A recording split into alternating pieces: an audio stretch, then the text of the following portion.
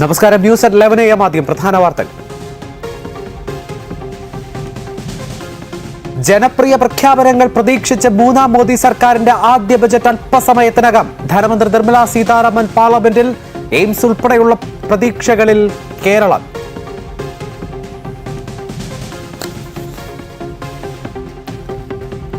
Budget ദിനത്തിൽ നേട്ടത്തോടെ തുടങ്ങിയ ഓഹരി വിപണിയിൽ ചാഞ്ചാട്ടം. 229 പോയിന്റ് ഉയർന്ന സെൻസെക്സ്, 97 പോയിന്റ് ഇടിഞ്ഞ് വ്യാപാരം തുടരുന്നു.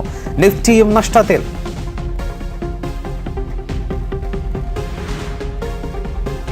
ശിരൂരിൽ അർജുനായുള്ള തെരച്ചിൽ തുടരുന്നു. പുഴയ്ക്കടിയിൽ നിന്നുള്ള സിഗ്നൽ കേന്ദ്രീകരിച്ച് ദൗത്യ സംഘം. കാണാതായ സ്ത്രീയുടെ മൃതദേഹം കണ്ടെത്തി. ജീർണിച്ച നിലയിൽ കണ്ടെത്തിയത് 12 കിലോമീറ്റർ അകലെ ഗോകർണയിൽ നിന്ന്.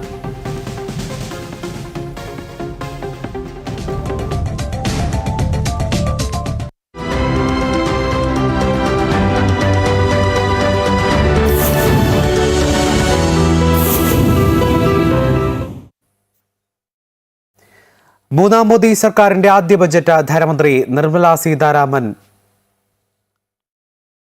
അല്പസമയത്തിനകം അവതരിപ്പിക്കും. ബജറ്റിൽ ജനപ്രിയ പ്രഖ്യാപനങ്ങൾ ഇടം പിടിച്ചേക്കും എന്നുള്ളത് തന്നെയാണ് മനസ്സിലാക്കുന്നത്. നമുക്കറിയാം, കേരളം വലിയ തരത്തിലുള്ള ആവശ്യം മുന്നോട്ട് വച്ചിട്ടുണ്ട്. അതുകൊണ്ട് കേരളം വലിയ പ്രതീക്ഷയോട് തന്നെയാണ് ഈ തവണത്തെ ബജറ്റിനെ കാത്തിരിക്കുന്നത്. പ്രതിരോധം, റെയിൽവേ, അടിസ്ഥാന സൗകര്യ വികസനം, ടൂറിസം എന്നീ മേഖലകൾക്ക് കൂടുതൽ പരിഗണന നൽകി ജനകീയ ബജറ്റാകും ധനമന്ത്രി നിർമ്മല സീതാരാമൻ അവതരിപ്പിക്കുക എന്നുള്ളതാണ് സൂചനകൾ. എന്തായാലും അല്പസമയത്തിനകം തന്നെ ബജറ്റ് അവതരണം ആരംഭിക്കും. ബജറ്റിൽ കേരളത്തോടൊപ്പം തന്നെ ബീഹാറിനും ആന്ധ്രാപ്രദേശിനും പ്രതീക്ഷകൾ ഏറെയാണ്. പ്രത്യേക സാമ്പത്തിക പാക്കേജുകൾ പ്രഖ്യാപിക്കുമോ എന്നതടക്കമുള്ള കാര്യങ്ങളാണ് രാഷ്ട്രീയ ലോകം ഉറ്റുനോക്കുന്നത്. എയിംസ് ആണ് കേരളം പ്രതീക്ഷിക്കുന്ന ഏറ്റവും സുപ്രധാനപ്പെട്ട കാര്യം.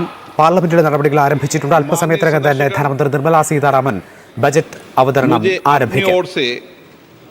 तथा सदन के मान्य सदस्यों की ओर से अंतर संसदीय संघ आईपीयू की प्रेसिडेंट और तंजानिया संयुक्त गणराज्य की नेशनल असेंबली के अध्यक्ष माननीय डॉक्टर तुलिया एक्सन का स्वागत करते हुए अत्यंत प्रसन्नता हो रही है। वे हमारी सम्मानित अतिथि के रूप में भारत की आधिकारिक यात्रा पर आई है।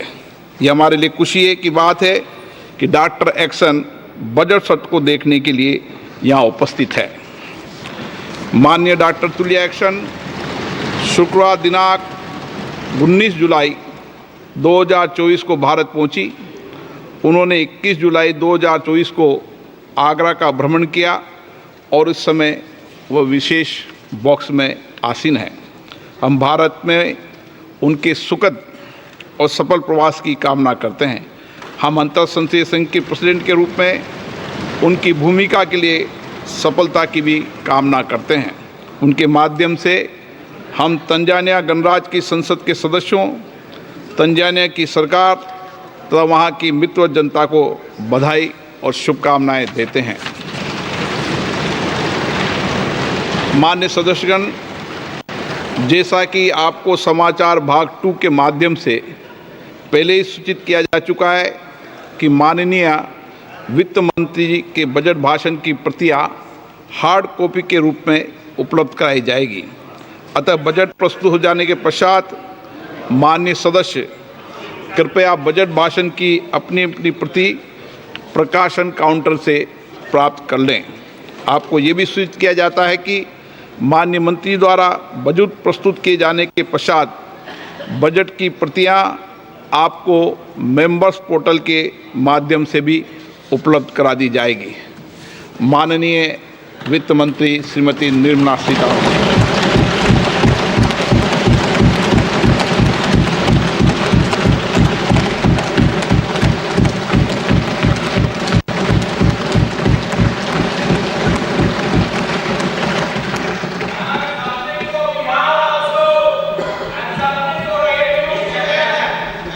Honorable Speaker, I present the budget for 24-25.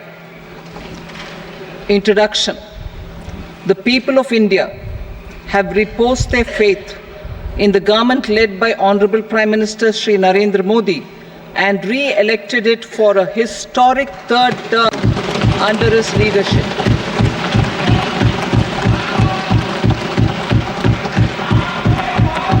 We are grateful for their support, faith, and trust in our policies. We are determined to ensure that all Indians, regardless of religion, caste, gender, and age, make substantial progress in realizing their life goals and aspirations. Global context.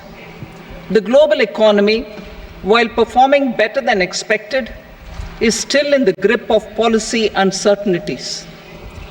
Elevated asset prices, political uncertainties, and shipping disruptions continue to pose significant downside risks for growth and upside risks to inflation. In this context, India's economic growth continues to be the shining exception and will remain so in the years ahead.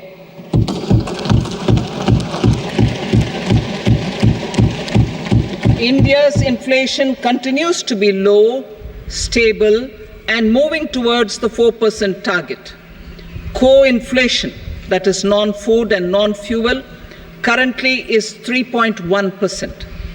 Steps are being taken to ensure supplies of perishable goods reach markets adequately. Interim budget.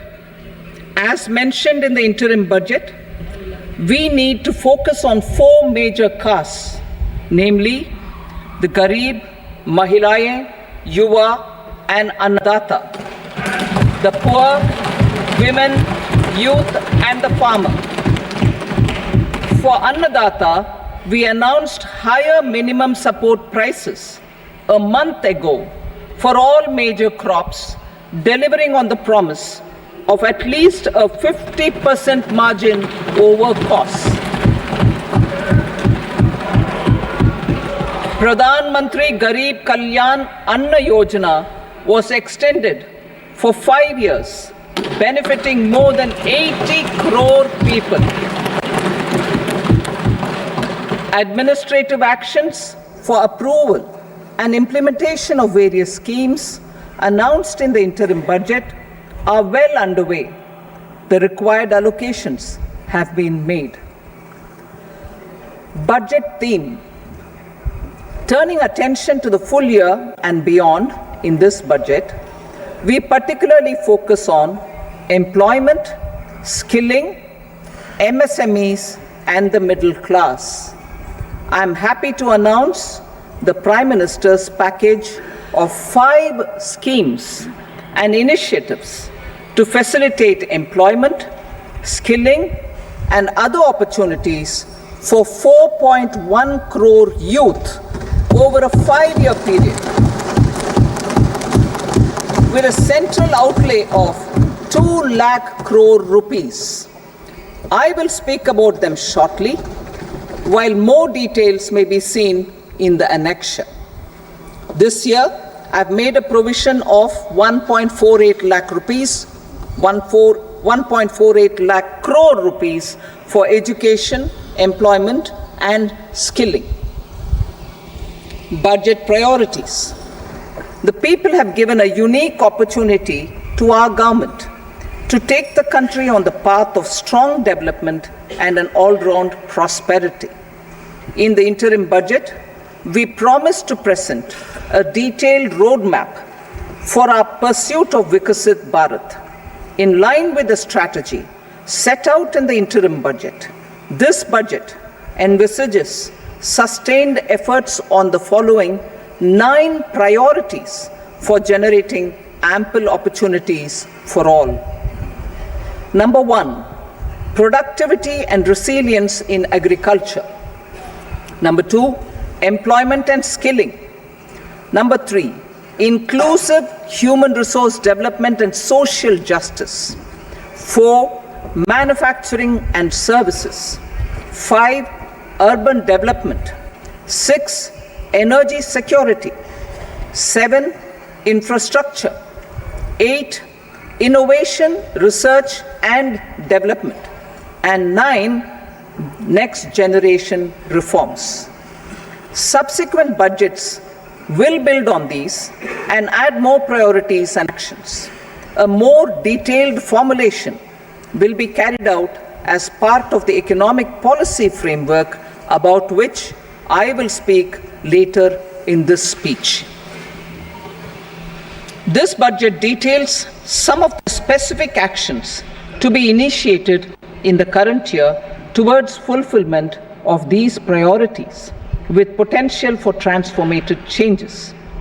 The budget also covers some of the previously made announcements with intent to strengthen them and step up their implementation for expediting our journey towards the goal of Vikasit Bharat.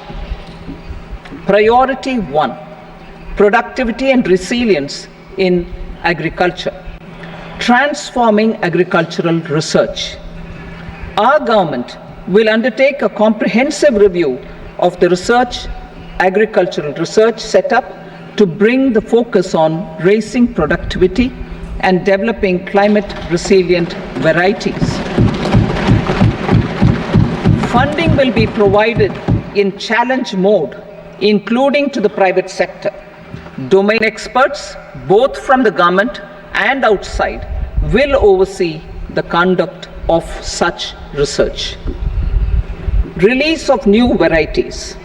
New 109 high-yielding and climate-resilient varieties of 32 field and horticultural crops will be released for cultivation by farmers. Natural farming. In the next 2 years, 1 crore farmers across the country will be initiated into natural farming, supported by certification and branding. Implementation will be through scientific institutions and willing gram panchayats. 10,000 need-based bio-input resource centers will be established. Missions for pulses and oil seeds. For achieving self-sufficiency in pulses and oil seeds, we will strengthen their production, storage, and marketing. As announced in the interim budget, a strategy is being put in place to achieve Atmanirbharta for oil seeds such as mustard, groundnut, sesame, soybean, and sunflower. Vegetable production and supply chains. Large-scale clusters for vegetable production will be developed closer to major consumption centers. We will promote farmer-producer organizations, cooperatives, and startups for vegetable supply chains, including for collection and storage and marketing. Digital public infrastructure for agriculture. Buoyed by the success of the pilot project, our government, in partnership with the states, will facilitate the implementation of the digital public infrastructure in agriculture for coverage of farmers and their lands in 3 years. During this year, digital crop survey for Kharif using the DPI will be taken up in 400 districts. The details of 6 crore farmers and their lands will be brought into the farmer and land registries. Further, the issuance of Jan Samarth based Kisan credit cards will be enabled in 5 states. Shrimp production and export. Financial support for setting up a network of nucleus breeding centers for shrimp brood stocks will be provided. Financing for shrimp farming, processing, and export will be facilitated through NABARD. National cooperation policy. Our government will bring out a national cooperation policy for systematic, orderly, and all-round development of the cooperative sector, fast-tracking growth of rural economy and generation of employment opportunities on a large scale will be the policy goal. This year, I have made a provision of 1.52 lakh crore rupees for agriculture and allied sectors.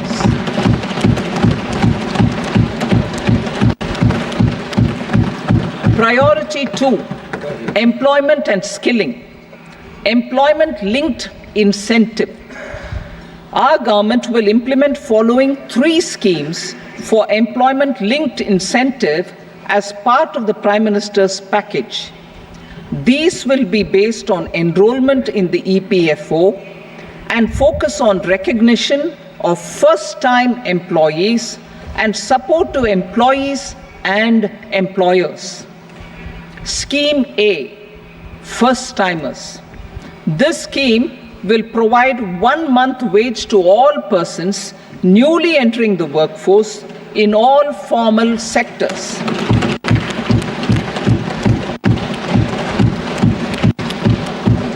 Direct benefit transfer of 1 month's salary in 3 installments to first-time employees as registered in the EPFO will be up to 15,000 rupees. The eligibility limit will be a salary of 1 lakh per month. The scheme is expected to benefit 210 lakh youths.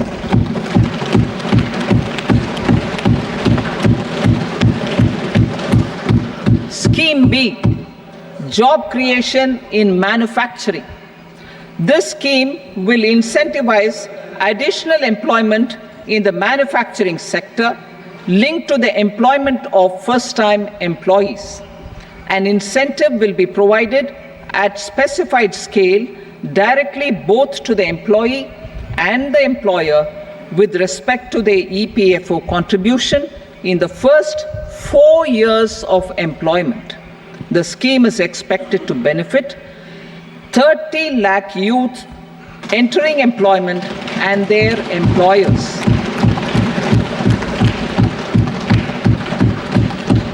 Scheme C, support to employers.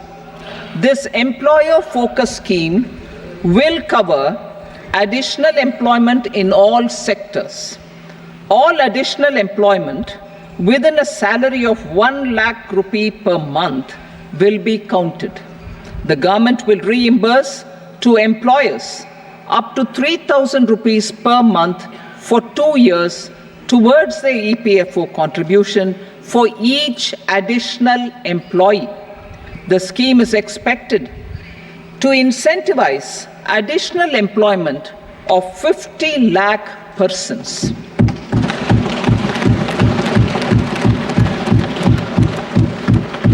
Participation of women in the workforce. We will facilitate higher participation of women in the workforce through setting up of working women hostels in collaboration with industry and establishing creches. In addition, the partnership will seek to organize women-specific skilling programs and promotion of market access for women SHG enterprises. Skilling program. I'm happy to announce a new centrally sponsored scheme as the 4th scheme under the Prime Minister's package for skilling in collaboration with state governments and industry. 20 lakh youth will be skilled over a 5-year period.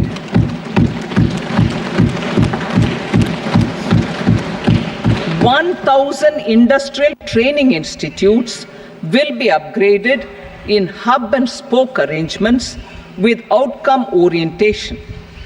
Course content and design will be aligned to the skill needs of industry, and new courses will be introduced for emerging needs. Skilling loans.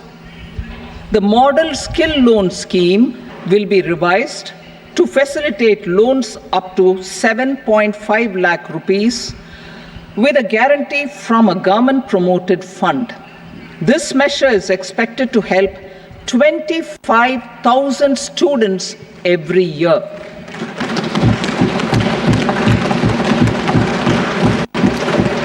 Education loans. for helping our youth who have not been eligible for any benefit under government schemes and policies, I am happy to announce a financial support for loans up to 10 lakh rupees for higher education in domestic institutions.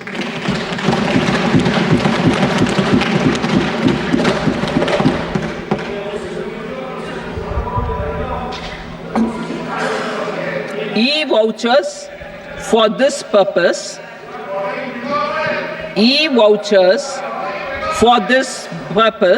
will be given directly to 1 lakh students every year for annual interest subvention of 3% of the loan amount. Priority 3, inclusive human resource development and social justice, saturation approach. Our government is committed to all-round, all-pervasive and all-inclusive development of people, particularly farmers, youth, women, and the poor. For achieving social justice comprehensively, the saturation approach of covering all eligible people through various programs, including those for education and health, will be adopted to empower them by improving their capabilities. Implementation of schemes meant for supporting economic activities by craftsmen, artisans, self-help groups, scheduled caste, scheduled tribe, and women entrepreneurs and street vendors such as the PM Vishwakarma, PM Swanidhi, National Livelihood Missions, and Stand Up India will be stepped up. Purvodaya. The states in the eastern part of the country are rich in endowments and have strong cultural traditions. We will formulate a plan, Purvodaya, for the all-round development of the eastern region of the country, covering Bihar, Jharkhand, West Bengal, Odisha, and Andhra Pradesh. This will cover human resource development, infrastructure, and generation of economic opportunities to make the region an engine to attain Vikasit Bharat. On the Amritsar-Kolkata industrial corridor, we will support development of an industrial node at Gaya. This corridor will catalyze industrial development of the eastern region. The industrial node at Gaya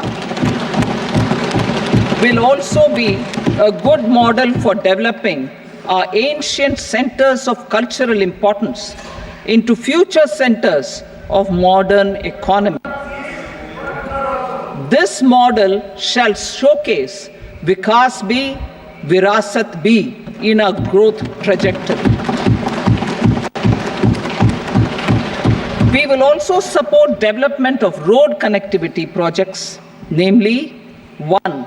Patna-Purnia Expressway, 2. Buxar-Bhagalpur Expressway, 3. Bodh Gaya, Rajgir, Vaishali and Darbhanga spurs, and 4. Additional 2-lane bridge over River Ganga at Buxar at a total cost of 26,000 crore rupees.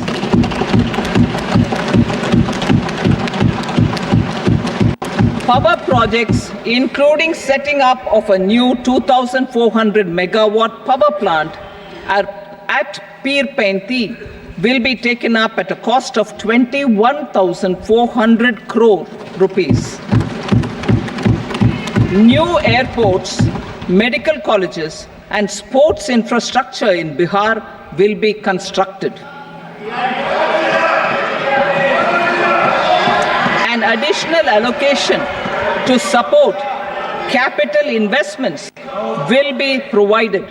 The requests of Bihar government for external assistance from multilateral development banks will be expedited.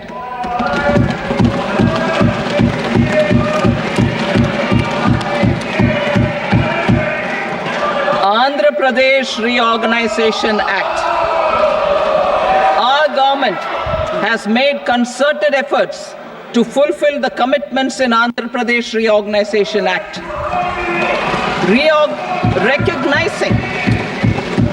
Recognizing the state's need for the capital, recognizing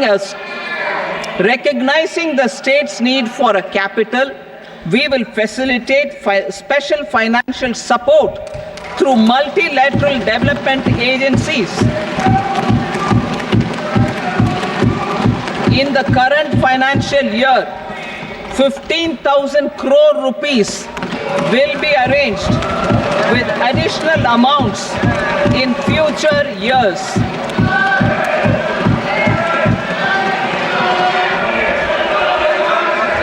Our government is fully committed to financing and early completion of the Polavaram irrigation project, which is the lifeline for Andhra Pradesh and its farmers. This will facilitate our country's food security as well. Under the Act, Andhra Pradesh Reorganization Act, for promoting industrial development, funds will be provided for essential infrastructure such as water, power, railways, and roads. In Kopparthi node on the Visakhapatnam-Chennai Industrial Corridor and Varavakal node on the Hyderabad-Bengaluru Industrial Corridor. An additional allocation will be made this year towards capital investment for economic growth. Grants for backward regions of Rayalaseema, Prakasham, North Coastal Andhra, as stated in the Act, will be provided. PM Awas Yojana. 3 crore additional houses under the PM Awas Yojana in rural and urban areas in the country have been announced, for which the necessary allocations are being made. Women-led development. For promoting women-led development, the budget carries an allocation of more than 3 lakh crore for schemes benefiting women and girls. This signals our government's commitment for enhancing women's role in economic development. Pradhan Mantri Janjatiya Unnat Gram Abhiyan. For improving the socio-economic condition of tribal communities, we will launch the Pradhan Mantri Janjatiya Unnat Gram Abhiyan by adopting saturation coverage for tribal families in tribal majority villages and aspirational districts.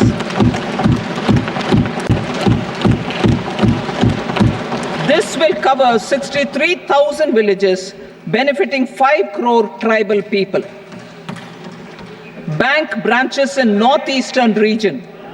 More than 100 branches of India Post Payment Bank will be set up in the northeast region to expand the banking services.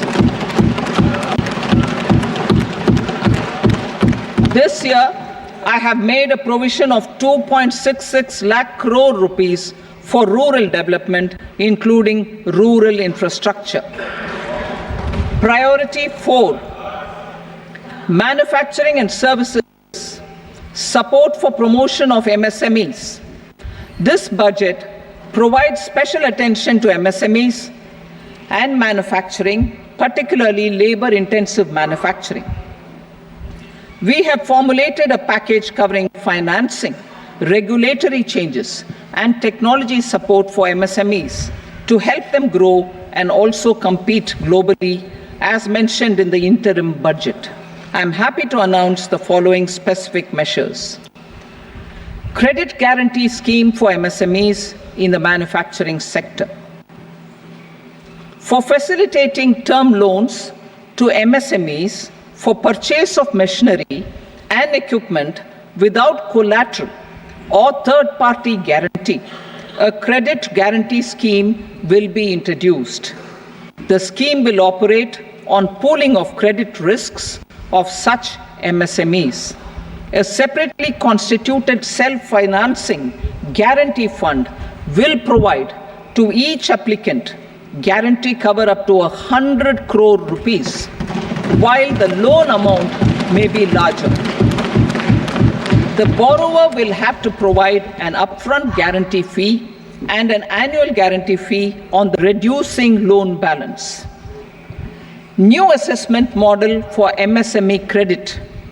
Public sector banks will build their own in-house capability to assess MSMEs for credit instead of relying on external assessment. They will also take a lead in developing or getting developed a new credit assessment model based on the scoring of digital footprints of the MSMEs in the economy. This is expected to be a significant improvement over the traditional assessment of credit eligibility based only on asset or turnover criteria. That will also cover MSMEs without a formal accounting system. Credit support to MSMEs during stress period. I'm happy to announce a new mechanism for facilitating continuation of bank credit to MSMEs during their stress period while being in special mention account, SMA stage, for reasons beyond their control. MSMEs need credit to continue their business and to avoid getting into the NPA stage. Credit availability will be supported through a guarantee from a government-promoted fund. Mudra loans. The limit of Mudra loans will be enhanced to 20 lakh from the current 10 lakh for those entrepreneurs who have availed and successfully repaid previous loans under the Tarun category. Enhanced scope for mandatory onboarding in TREDS. For facilitating MSMEs to unlock their working capital by converting their trade receivables into cash, I propose to reduce the turnover threshold of buyers for mandatory onboarding on the TREDS platform from rupees 500 crore to 250 crore rupees. This measure will bring 22 more CPSCs and 7,000 more companies onto the platform. Medium enterprises will also be included in the scope of the suppliers. SIDBI branches in MSME clusters. SIDBI will open new branches to expand its reach to serve all major MSME clusters within 3 years and provide direct credit to them. With the opening of 24 such branches this year, the service coverage will expand to 168 out of 242 major clusters. MSME units for food irradiation, quality and safety testing. Financial support for setting up of 50 multi-product food irradiation units in the MSME sector will be provided. Setting up of 100 food quality and safety testing labs with NABL accreditation will be facilitated. E-commerce export hubs. To enable MSMEs and traditional artisans to sell their products in international markets, e-commerce export hubs will be set up in public-private partnership mode. These hubs, under a seamless regulatory and logistic framework, will facilitate trade and export-related services under one roof. Measures for promotion of manufacturing and services. Internship in top companies. As the fifth scheme under Prime Minister's package, our government will launch a comprehensive scheme for providing internship opportunities in 500 top companies to 1 crore youth in 5 years. They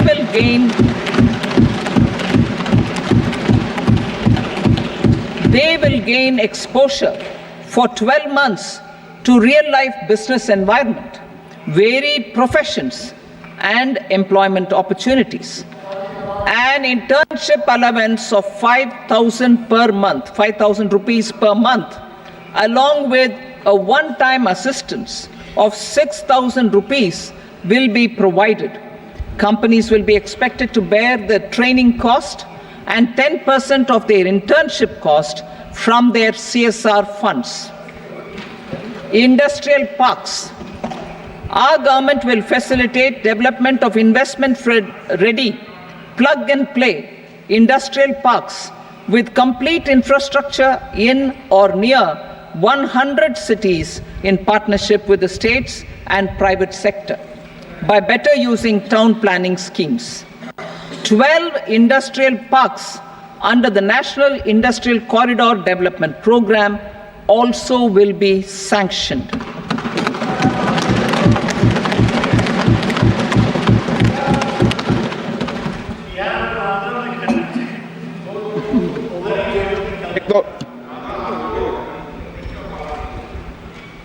Veji member, no, please, Petty.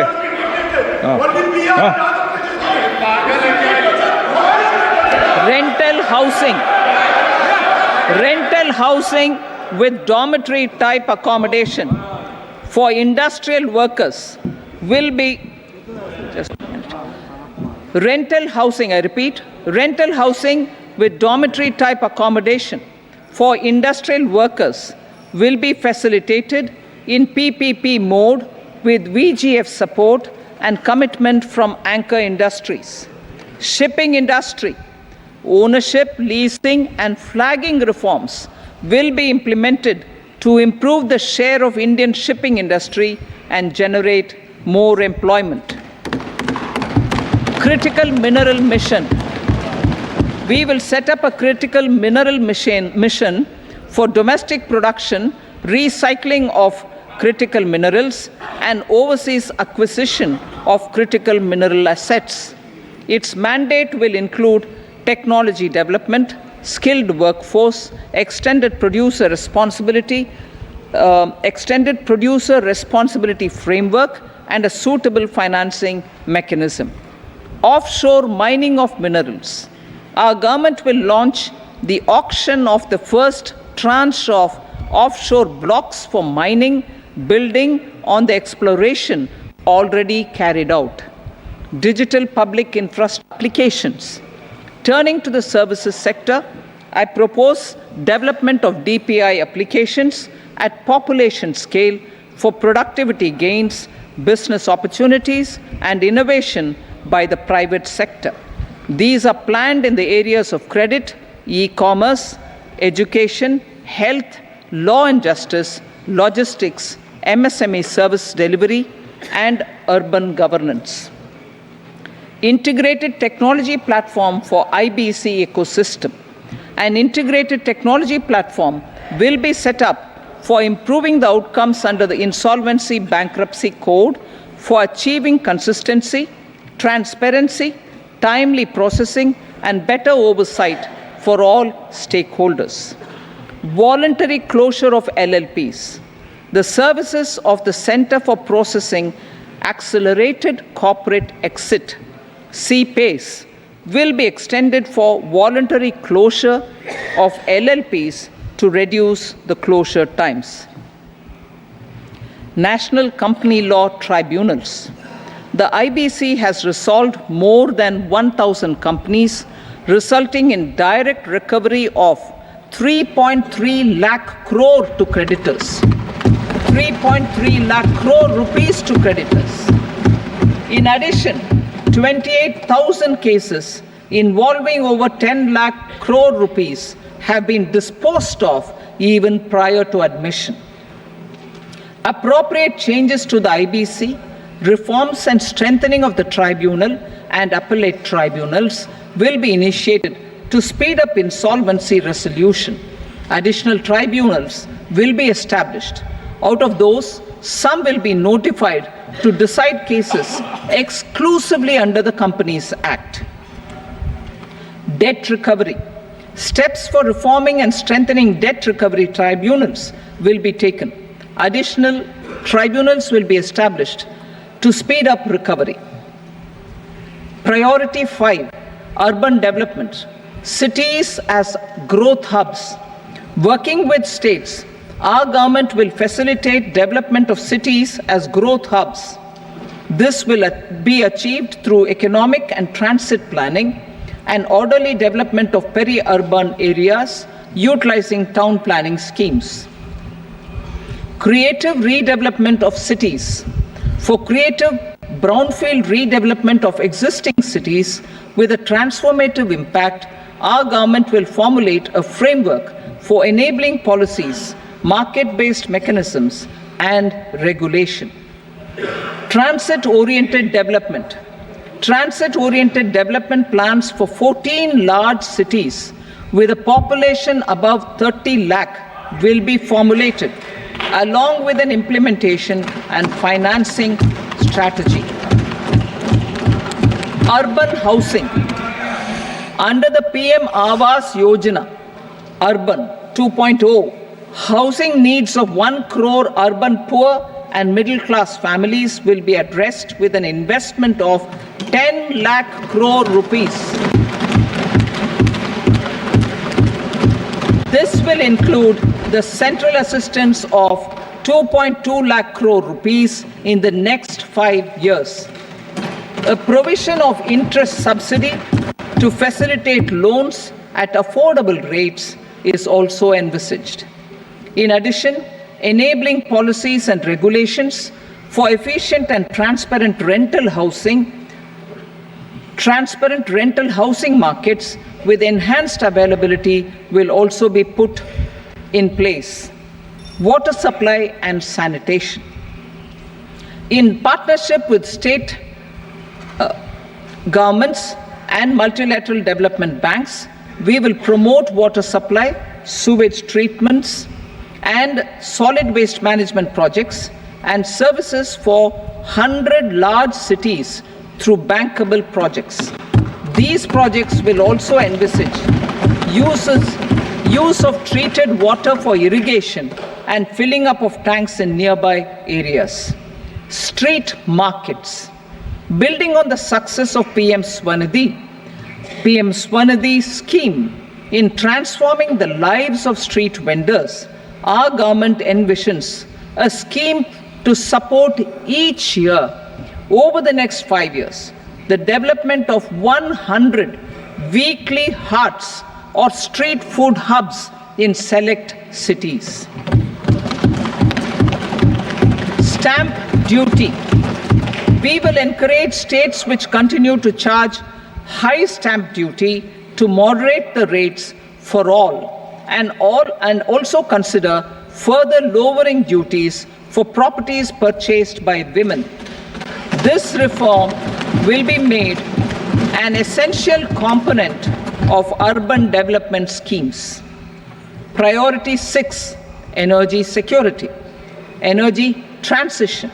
In the interim budget, I had announced our strategy to sustain high and more resource efficient economic growth, along with the energy security in terms of availability, accessibility, and affordability. We will bring out a policy document on appropriate energy transition pathways that balances the imperatives of employment, growth, and environmental sustainability. PM Surya Ghar Muft Bijli Yojana. PM Surya Ghar Muft Bijli Yojana. In line with the announcement in the interim budget,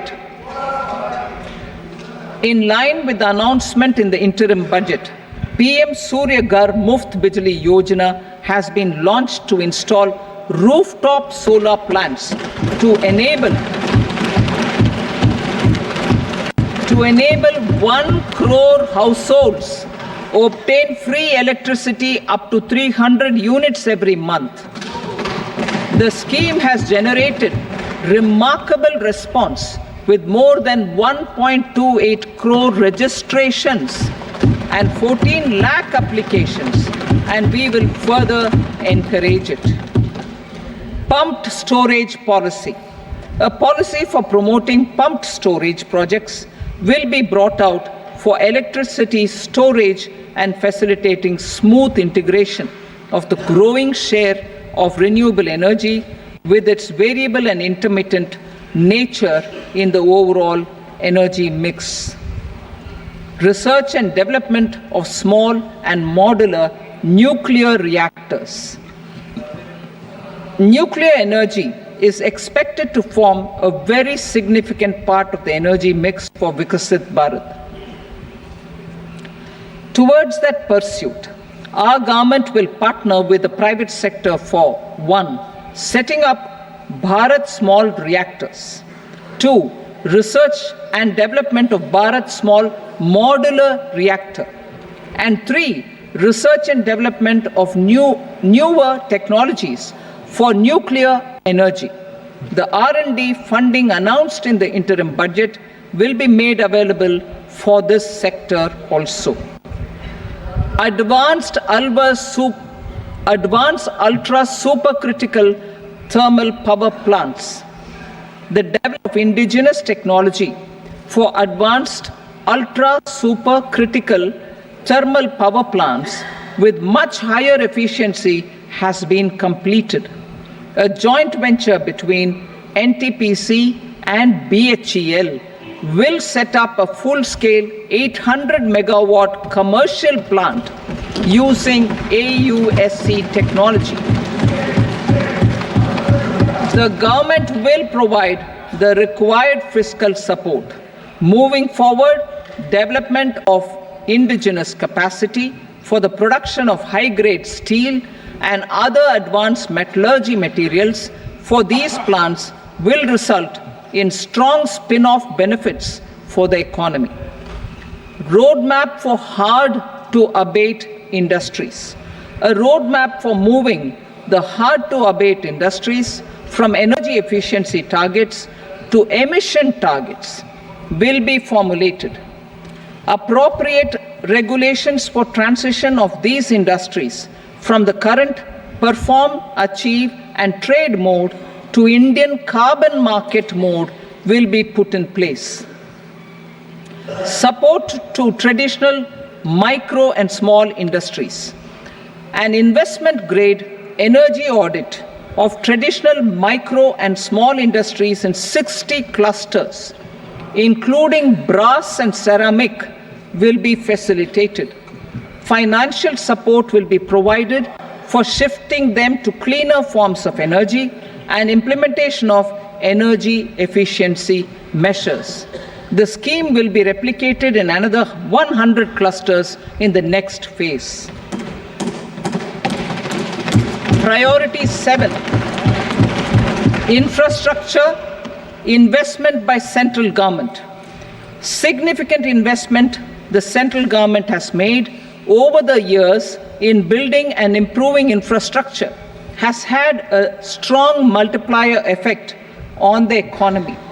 We will endeavor to maintain strong fiscal support for infrastructure over the next 5 years in conjunction with imperatives of other priorities and fiscal consolidation.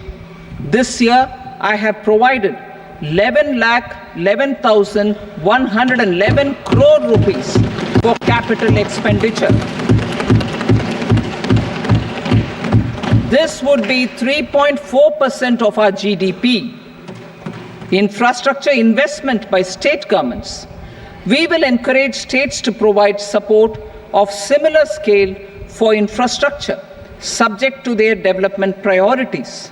A provision of 1.5 lakh crore rupees for long-term interest-free loans have been made this year also to support the states in their resource allocation. Private investment in infrastructure. Investment in infrastructure by private sector will be promoted through viability gap funding and enabling policies and regulations. A market-based financing framework will be brought out. Pradhan Mantri Gram Sadak Yojana, Phase 4 of the PMGSY will be launched to provide all-weather connectivity to 25,000 rural habitations, which have become eligible in view of their population increase. Irrigation and flood mitigation. Bihar has frequently suffered from floods, many of them originating outside the country. Plans to build flood control structures in Nepal are yet to progress. Our government, through the Accelerated Irrigation Benefit Program and other sources, will provide financial support for projects with estimated cost of 11,500 crore rupees, such as the Kosi-Michi intra-state link and 20 other ongoing and new schemes, including barrages, river pollution abatement, and irrigation projects.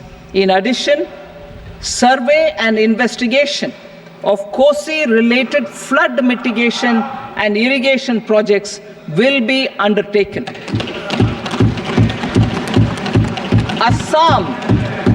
Assam grapples with floods every year by the Brahmaputra River and its tributaries originating outside India. We will provide assistance to Assam for flood management and related projects.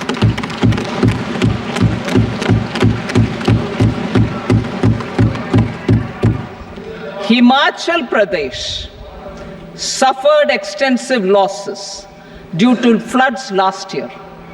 Our government will provide assistance to the state for reconstruction and rehabilitation through multilateral development assistance.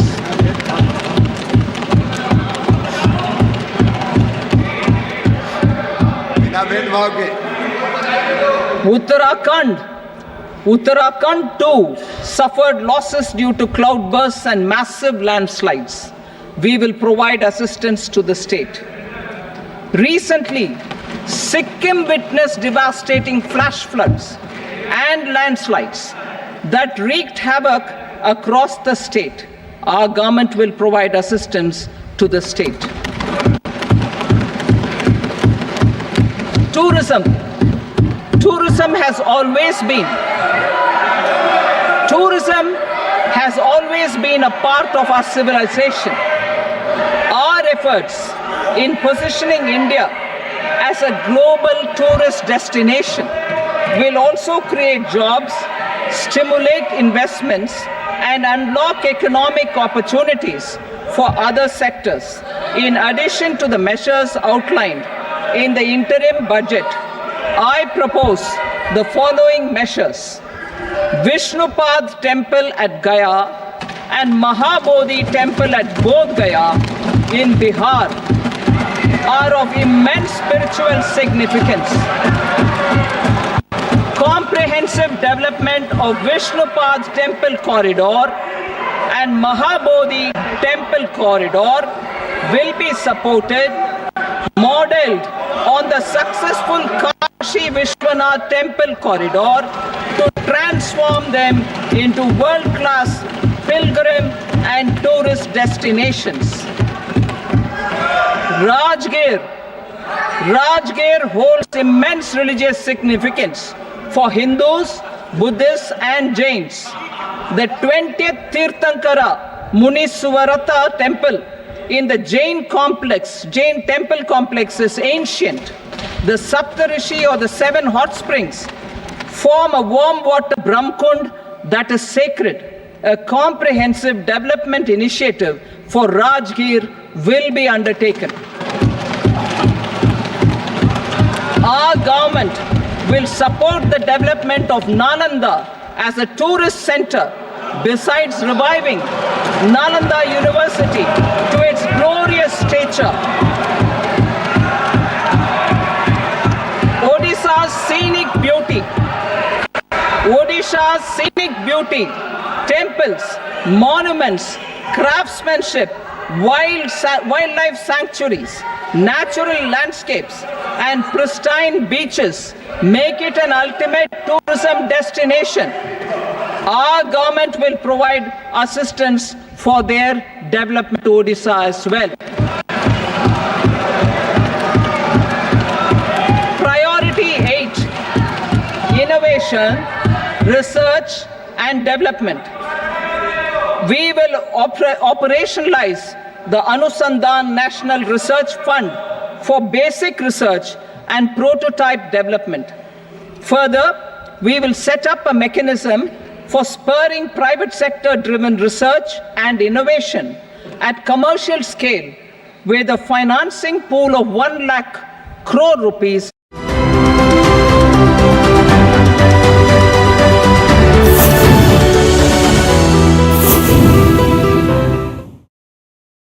and prototype development. Further, we will set up a mechanism for spurring private sector driven research and innovation at commercial scale with a financing pool of 1 lakh crore rupees in line with the announcement in the interim budget. Space economy. With our continued emphasis on expanding the space economy by 5 times in the next 10 years, a venture capital fund of 1,000 crore rupees will be set up. Priority 9, next generation reforms. Economic policy framework. We will formulate an economic policy framework to delineate the overarching approach to economic development and set the scope of the next generation of reforms for facilitating employment opportunities and sustaining high growth. Our government will initiate and incentivize reforms for 1. Improving productivity of factors of production, and 2. Facilitating markets and sectors to become more efficient. These reforms will cover all factors of production, namely land, labor, capital, and entrepreneurship, and technology as an enabler of improving total factor productivity and bridging inequality. Effective implementation of several of these reforms requires collaboration between the center and the states and building consensus as development of the country lies in development of the states.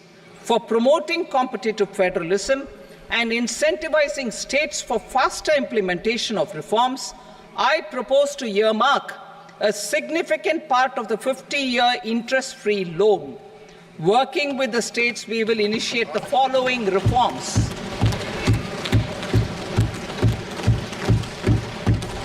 Land-related reforms and actions, both in the rural and urban areas, will cover land administration, will cover 1. Land administration, planning and management, and 2.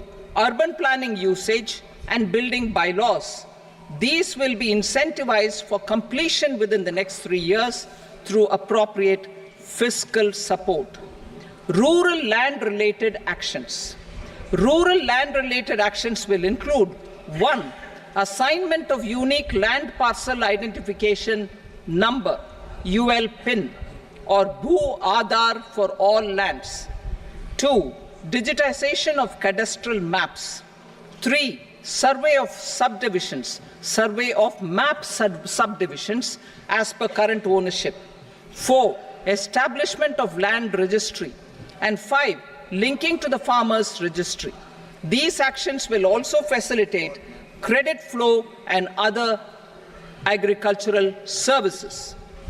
Urban land related actions. Land records in urban areas will be digitized with GIS mapping. An IT-based system for property record administration, updating, and tax administration will be established. These will also facilitate improving the financial position of urban local bodies. Labor-related reforms. Services to labor.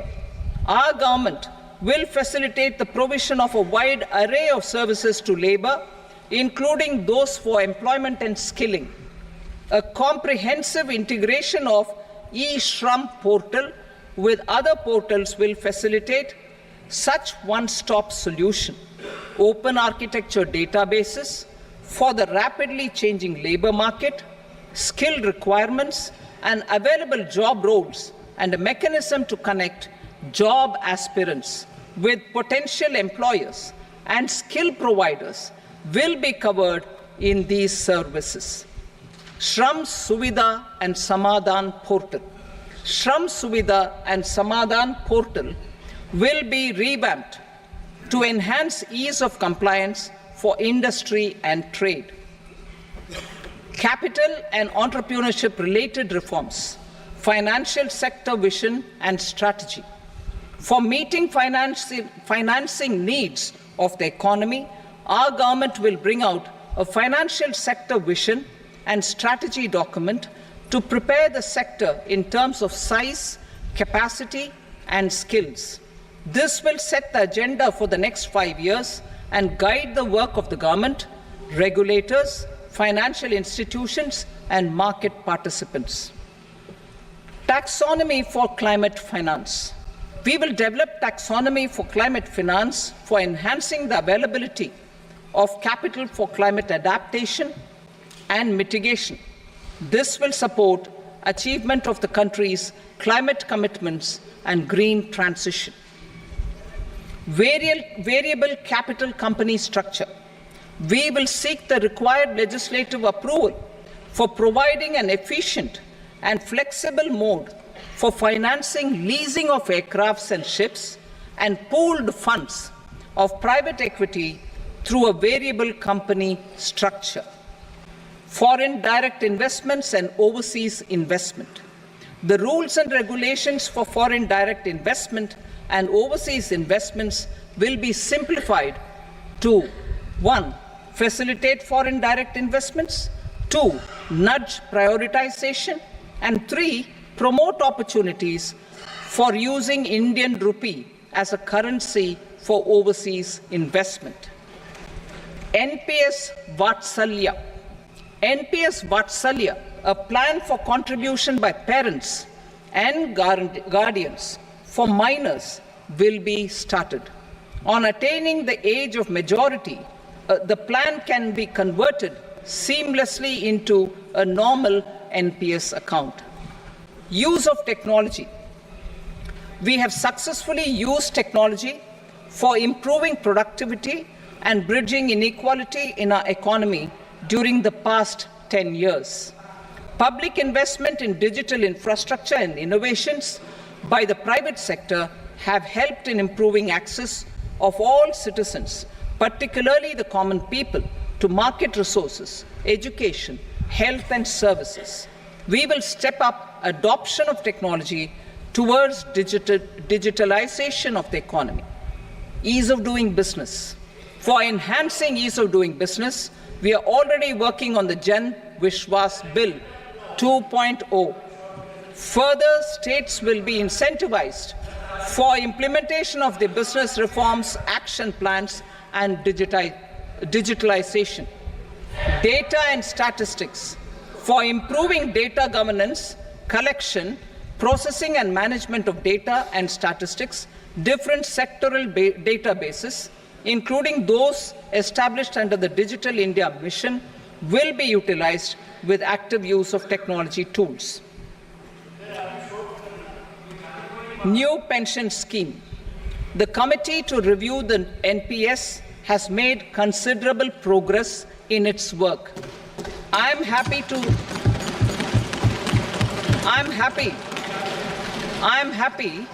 that the staff side of the National Council of the Joint Consultative Machinery for Central Government Employees has taken a constructive approach. A solution will be evolved which addresses the relevant issues while maintaining fiscal prudence to protect the common citizens. Budget estimates for 24-25. For the year 24-25, total receipts other than borrowings and the total expenditure are estimated at 32.07 lakh crore rupees and 48.21 lakh crore rupees respectively. The net tax receipts are estimated at 25.83 lakh crore rupees. The fiscal deficit is estimated at 4.9% of the GDP. The gross and the net market borrowings through dated securities during 24-25 are estimated at 14.01 lakh crore rupees and 11.63 lakh crore rupees respectively. Both will be less than that in 23-24. The fiscal consolidation path announced by me in 2021 has served our economy very well, and we aim to reach the deficit below 4.5% next year. The government is committed to staying the course. From 2026-27 onwards, our endeavor will be to keep the fiscal deficit each year such that the central government's debt will be on a declining path as percentage of GDP. I will now move to Part B.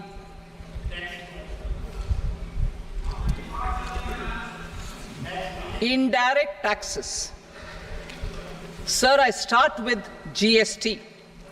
It has decreased tax incidence on the common man, reduced compliance burden and logistics cost for trade and industry, and enhanced revenues of the central and the state governments. It is a success of vast proportions. To multiply the benefits of GST, we will strive to further simplify and rationalize the tax structure and endeavor to expand it to the remaining sectors. My proposals for customs duties intend to support domestic manufacturing, deepen local value addition, promote export competitiveness, and simplify taxation while keeping the interest of the general public and consumers surmount. In Budget 22-23, we reduced the number of customs duty rates. I propose to undertake a comprehensive review of the rate structure over the next 6 months to rationalize and simplify it for ease of trade, removal of duty inversion, and reduction of disputes. I shall now take up sector-specific customs duty proposals. Medicine and medical equipments. To provide relief to cancer patients, I propose to fully exempt 3 more medicines from customs duties.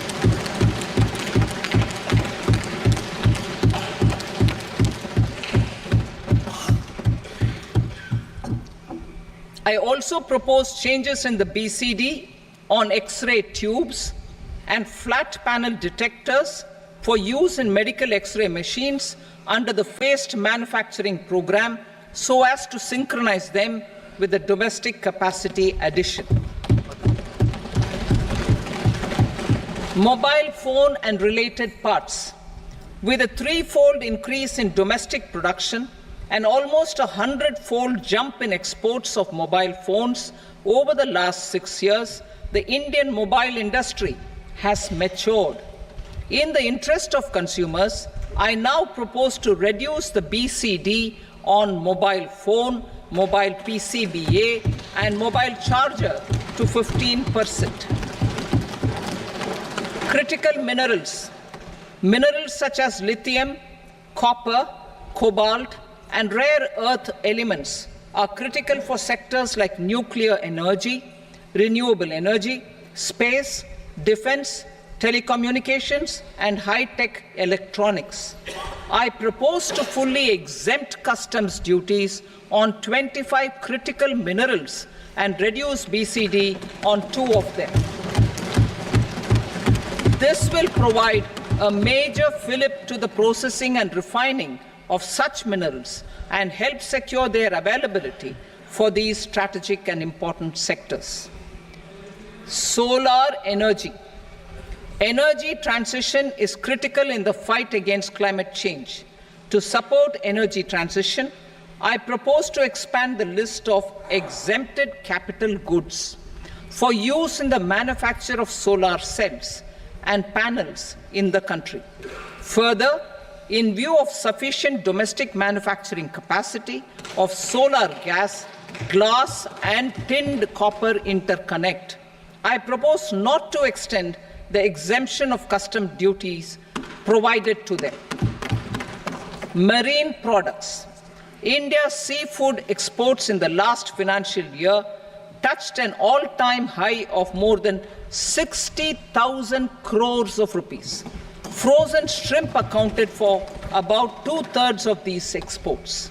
To enhance their competitiveness, I propose to reduce BCD on certain broodstock, polychaete worms, shrimp and fish feed to 5%. I also propose to exempt customs duty on various inputs for manufacture of shrimp and fish feed. Leather and textile. Similarly, to enhance the competitiveness of exports in the leather and textile sectors, I propose to reduce BCD on real down-filling material from duck or goose. I am also making additions to the list of exempted goods for manufacture of leather and textile garments, footwear, and other leather articles for export. To rectify inversion in duty, I propose to reduce BCD subject to conditions on methylene diphenyl diisocyanate (MDI) for manufacture of spandex yarn from 7.5 to 5%. Furthermore, the export duty structure on raw hides, skin, and leather is proposed to be simplified and rationalized. Precious metals. To enhance domestic value addition in gold and precious metal jewelry in the country, I propose to reduce customs duties on gold and silver to 6% and that of platinum to 6.4%.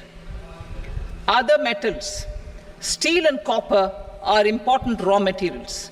To reduce their cost of production, I propose to remove the BCD on ferronickel and blister copper. I am also continuing with nil BCD on ferrous scrap and nickel cathode and concessional BCD of 2.5% on copper scrap. Electronics. To increase value addition in the domestic electronics industry, I propose to remove the BCD subject to conditions on oxygen-free copper for manufacture of resistors. I also propose to exempt certain parts for manufacture of connectors. Chemicals and petrochemicals. To support existing and new capacities in the pipeline, I propose to increase the BCD on ammonium nitrate from 7.5% to 10%. Plastics. PVC flex banners are non-biodegradable and hazardous for environment and health. To curb their imports, I propose to raise the BCD on them from 10 to 25%. Telecommunication equipment. To incentivize domestic manufacturing, I propose to increase the BCD from 10 to 15% on PCBA of specified telecom equipment. Trade facilitation. To promote domestic aviation and boat and ship MRO, I propose to extend the period for export of goods imported for repairs from 6 months to 1 year. I'll read that again. To promote domestic aviation and boat and ship maintenance, repair and operations, I propose to extend the period for export of goods imported for repairs from 6 months to 1 year. In the same vein, I propose to extend the time limit for re-import of goods for repairs under warranty from 3 to 5 years. I now move to direct taxes. We will continue our efforts to simplify taxes, improve taxpayer services, provide tax certainty, and reduce litigation while enhancing revenues for funding the development and welfare schemes of the government. It has been our endeavor to simplify taxation. We have taken a number of measures in the last few years, including introduction of simplified tax regimes without exemptions and deductions for corporate tax and for personal income tax. This has been appreciated by taxpayers. 58% of corporate tax came from the simplified tax regime in the financial year 22-23. Similarly, as per data available till now, for the last fiscal, more than 2/3 have availed the new personal income tax regime. Comprehensive review of the Income Tax Act. I am now announcing a comprehensive review of the Income Tax Act 1961. The purpose is to make the Act concise, lucid, easy to read and understand. This will reduce disputes and litigation, thereby providing tax certainty to the taxpayers. I will also bring down the demand embroiled in litigation. It is proposed to be completed in 6 months. A beginning is being made in the finance bill by simplifying the tax regime for charities, tedious rate structures, provisions of reassessment and such provisions, and capital gains taxation. Simplification for charities and tedious. Two tax exemption regimes. The two tax exemption regimes for charities are proposed to be merged into one. The 5% tedious rate on many payments is being merged into the 2% tedious rate, and the 20% tedious rate on repurchase of units by mutual funds or UTI is being withdrawn. Tedious rate on e-commerce operators is proposed to be reduced from 1 to 0.1%. Moreover, credit of TCS is proposed to be given in the TDS to be deducted on salary. Further, I propose to decriminalize delay for payment of TDS up to the due date of filing statement for the same. I also plan to provide a standard operating procedure for TDS defaults and simplify and rationalize the compounding guidelines for such defaults. Simplification of reassessment. I propose to thoroughly simplify the provisions for reopening and reassessment. An assessment hereinafter can be reopened beyond 3 years from the end of the assessment year only if the escaped income is 50 lakh rupees or more, up to a maximum period of 5 years from the end of the assessment year. Even in such cases, a time limit of 6 years before the year of the search, as against the existing time limit of 10 years, is being proposed. This will reduce tax uncertainty and disputes. Simplification and rationalization of capital gains. Capital gains taxation is also proposed to be hugely simplified. Short-term gains on certain financial assets shall henceforth attract a tax rate of 20%, while that on all other financial assets and all non-financial assets shall continue to attract the applicable tax rate. Long-term gains on all financial and non-financial assets, on the other hand, will attract a tax rate of 12.5%. For the benefit of the lower and the middle income classes, I propose to increase the limit of exemption of capital gains on certain financial assets to 1.25 lakh rupees per year.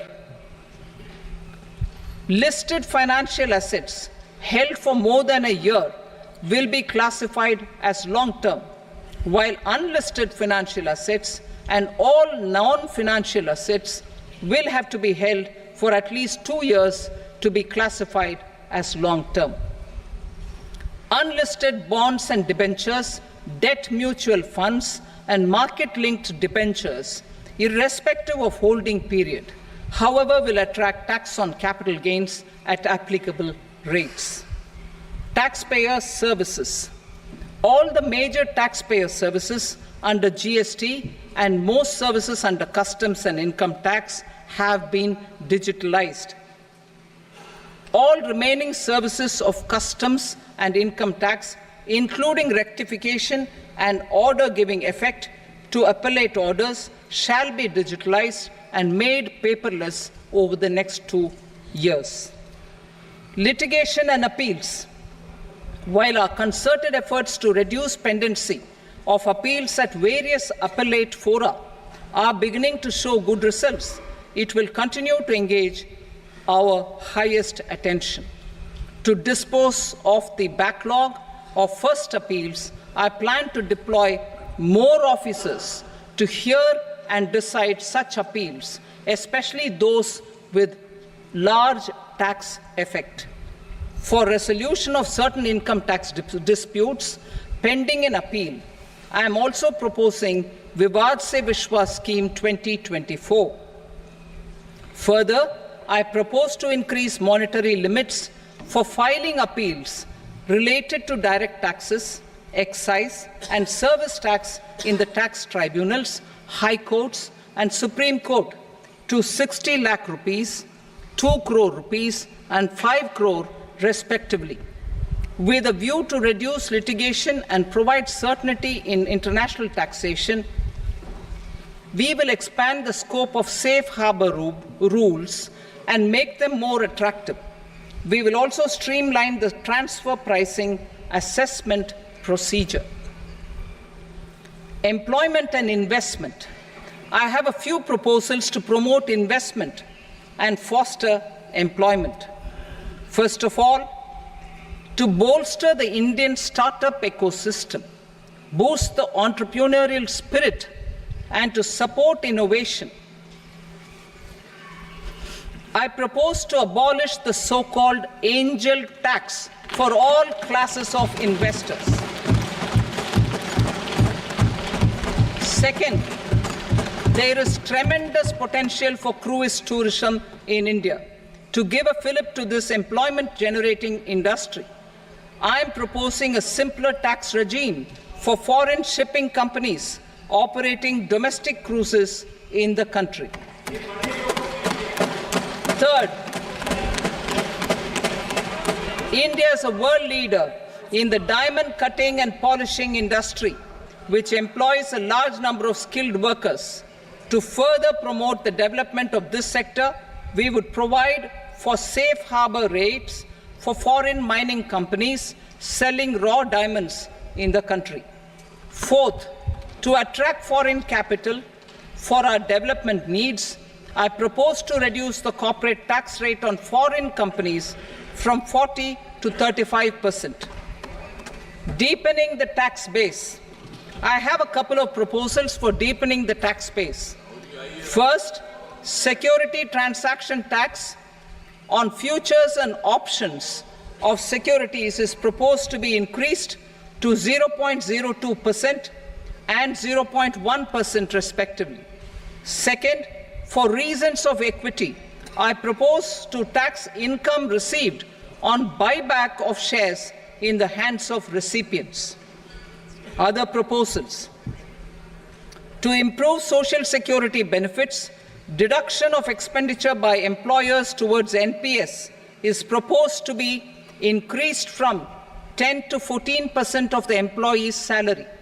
Similarly, deduction of this expenditure up to 14% of salary from the income of employees in private sector, public sector banks, and undertakings opting for the new tax regime is proposed to be provided. Indian professionals working in multinationals get ESOPs and invest in social security schemes and other movable assets abroad. Non-reporting of such small foreign assets has penal consequences under the Black Money Act. Such non-reporting of movable assets up to 20 lakh rupees is proposed to be depenalized. Other major proposals in the finance bill relate to withdrawal of equalization levy of 2%, expansion of tax benefits to certain funds and entities in IFSCs, and immunity from penalty and prosecution to benamidar on full and true disclosure so as to improve conviction under the Benami Transaction Prohibition Act 1988. Personal income tax. Coming to personal income tax rates, I have two announcements to make for those opting for the new tax regime. First, the standard deduction for salaried employees is proposed to be increased from 50,000 to 75,000 rupees.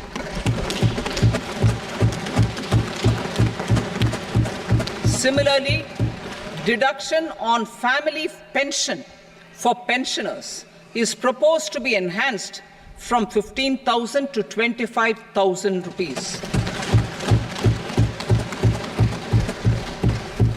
This will provide relief to about 4 crore salaried individuals and pensioners.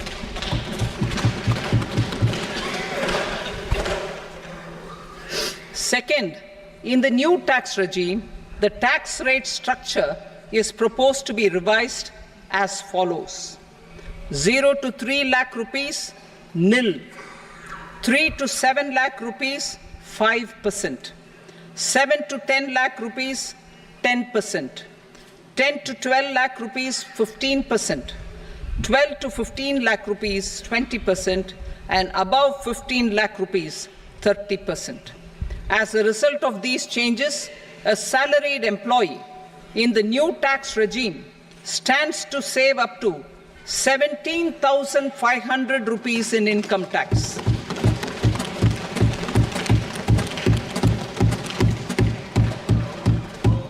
Apart from these, I am also making some other changes as given in the annexure. As a result of these proposals, revenue of about 37,000 crore, that is 29,000 crore in direct taxes and 8,000 crore in indirect taxes, will be foregone, while revenue of about 30,000 crore rupees will be additionally mobilized. Thus, the total revenue foregone is about 7,000 crores annually.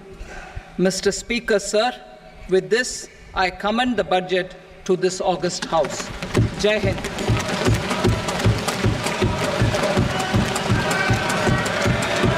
Item number 2. Item number 2.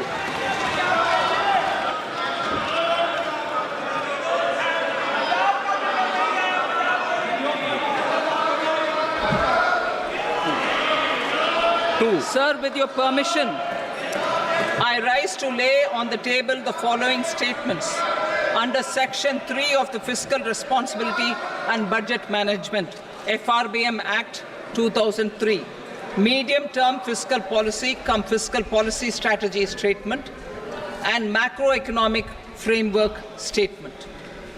Item number 3. Sir, with your permission, I rise to move for leave to introduce the Finance Number 2 Bill 2024. प्रश्न ये कि विधेयक को पुनर्स्थापित करने की अनुमति प्रदान की जाए। जो सदस्य इसके पक्ष में हाँ कहें, जो सदस्य विरोध में ना कहें। मेरे विचार में निर्णय हाँ वालों के पक्ष में अनुमति प्रदान की जाती है। माननीय मंत्री जी, अब विधेयक पुनर्स्थापित करें। Sir, I introduce the bill. Item number 4. The Union Territory of Jammu and Kashmir budget. Sir, I rise to present a statement, Hindi and English versions, of the estimated receipts and expenditure of the Union Territory of Jammu and Kashmir for the year 24-25. सभा की कार्रवाई कल बुधवार दिनांक 24 जुलाई 2024 को प्राप्त 11 बजे तक के लिए स्थगित की जाती है।